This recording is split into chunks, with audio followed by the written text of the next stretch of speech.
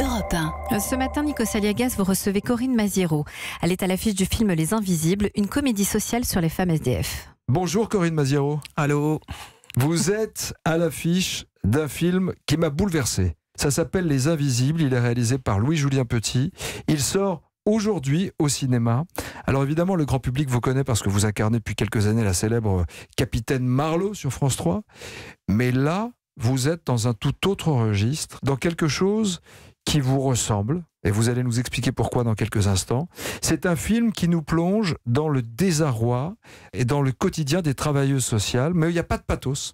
On découvre les dysfonctionnements du système, les complications administratives, les ateliers de réinsertion, mais on découvre surtout la vie. Ces femmes invisibles, pourquoi ? Parce qu'on ne les voit plus ou parce qu'elles veulent devenir invisibles pour qu'on ne les agresse pas ? Pour les deux raisons. Parce qu'on a peur de les regarder. Pourquoi ? Parce qu'on culpabilise de ne rien faire, ou on a peur de l'effet miroir, parce que tout le monde peut se retrouver à leur place, hein. Que ce soit pour des raisons économiques, familiales, raisons médicales. Tout le monde peut se retrouver. Est-ce que c'est vrai ça ? Bien qu'on sûr. peut tous se retrouver à la rue encore aujourd'hui ? Bien sûr. D'où l'intérêt d'aller discuter avec les gens qui sont dans la merde dehors. Il n'y a pas de stéréotype. Je veux dire, il y a n'importe qui. Il y a de prédisposition. Mais ouais, t'as des commerçants, t'as des proles, t'as des bourges, n'importe qui peut se retrouver dehors, mais très très vite en plus. C'est un film drôle. Alors c'est un film qui met le doigt sur un sujet grave, un sujet du quotidien, mais avec de l'humour, de l'autodérision. Ben, c'est une comédie sociale avant tout, hein. Je veux dire, les gens, alors mesdames, messieurs qui écoutez, vous attendez pas à aller avec des Kleenex, les prenez, mais vous allez pleurer de rire avant tout, notamment à cause d'une nouvelle star du cinéma français qui s'appelle Racontez-moi. Adolpha Van Meirhaeghe. Alors Déjà Adolpha. Ça s'invente pas. Ça s'invente pas, elle était appelée comme ça, elle est née dans les années 40, vous imaginez un peu ce que ça peut être de s'appeler comme ça à cette époque-là.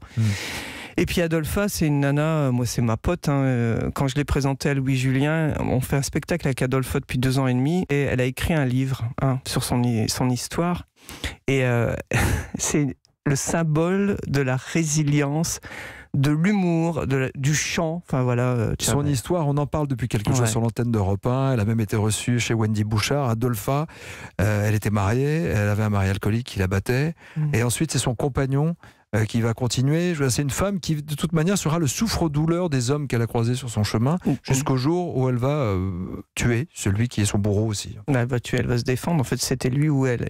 Et en fait, elle va faire de la prison. Pour faire court, Adolpha, sa vie, c'est une grosse tartine de merde, mais avec plusieurs couches. Ouais. Et elle ment pas.